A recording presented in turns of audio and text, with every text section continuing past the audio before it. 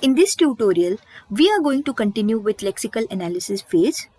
Let's study the concept of regular expression, NFA, DFA, conversion from NFA to DFA, and finally ENFA to DFA conversion. So let's begin. So let's talk about what is a regular expression. Regular expressions are notations to represent lexeme patterns. They are helpful in finding the type of token that accounts for a particular lexeme. Let me give you all some examples of regular expression. Say if I write regular expression as A, B, C, this regular expression matches the exact string that is A, B, C. Okay, so if user gives input as ABC and if there is a regular expression ABC already present, it will match with this regular expression. Next one is if I give regular expression as A, B, C star. Okay, now you must have already encountered some operations like plus and star. Okay, star means 0 or more occurrences, whereas plus is 1 or more occurrences of that particular symbol. Now this star in this case is only applicable to C. So in this case, some of the valid strings which can be recognized using this regular expression are the smallest string is AB. Okay, because C is 0 or more occurrences. The next string which can be derived from this is A, B, C, and so on.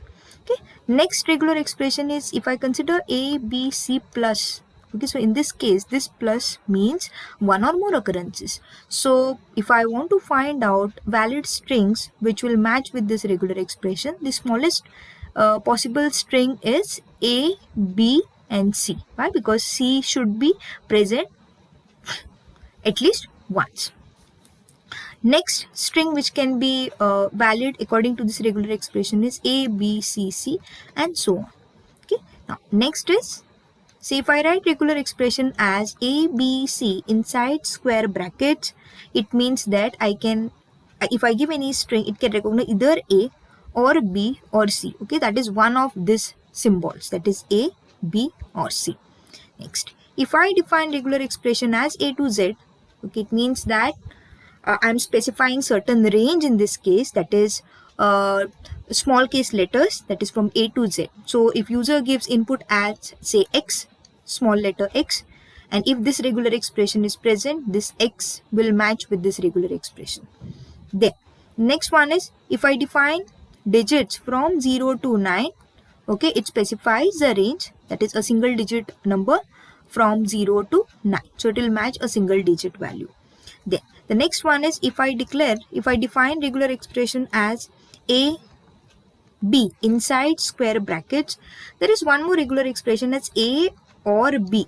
Okay, now remember one thing, there is a difference between these two regular expressions. This A, this symbol, and B, it is same as this regular expression, that is A or B or C. So in this case, it is matching either A or this symbol or B. Whereas if you consider a regular expression without square bracket, it is A or B. Is that clear? Yes. Let's continue with the next topic from conversion of NFA to DFA. Okay, before going further with this topic, okay, let's understand what is a finite automata. You will have already studied what is a finite automata. Okay, finite automata is defined in the form of tuple, right? Wherein it has got a start state, it has got end state which is represented by double circle, it has got some transitions. Okay, say if I consider the state as Q0 and Q1, there should be only one initial state. You can have multiple final states. Okay, now if I consider sigma set, sigma is what are the input alphabets in my language. So if I define this as A comma B, whatever transitions will be present here in this diagram can either contain A or B. So if I write this as A comma B and A comma B, okay, when do we say that any string is accepted? So in this case, if I give string as A, checking starting from the initial state, okay, considering this input, that is taking this input and checking whether after considering this input it takes you to final state or not. So initial state in this diagram is Q0. So if I'm in state Q0 and if I get input as A, it takes me to Q1, wherein Q1 is the final state. Okay, so since I'm reaching final state, we say that this is a valid input which is accepted by this finite automata. Let's talk about what is NFA and DFA. Okay, I'll tell you all about DFA first. Okay, DFA stands for deterministic finite automata. So in this case, if you consider this diagram, when can I say that any transition diagram is deterministic finite automata? So if you consider every state in this diagram, see if I consider state Q0, from Q0 there is unique move for input alphabet A. So if I am in state Q0, on seeing input symbol A, I go to Q1.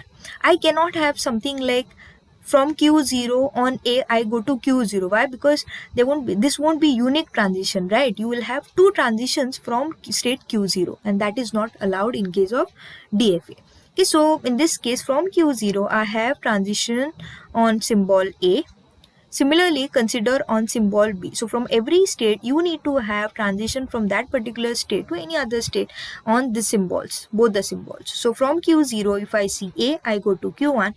From Q0, if I get B, I go to Q1. Okay, so state Q0 is complete. Now let's come to state Q1.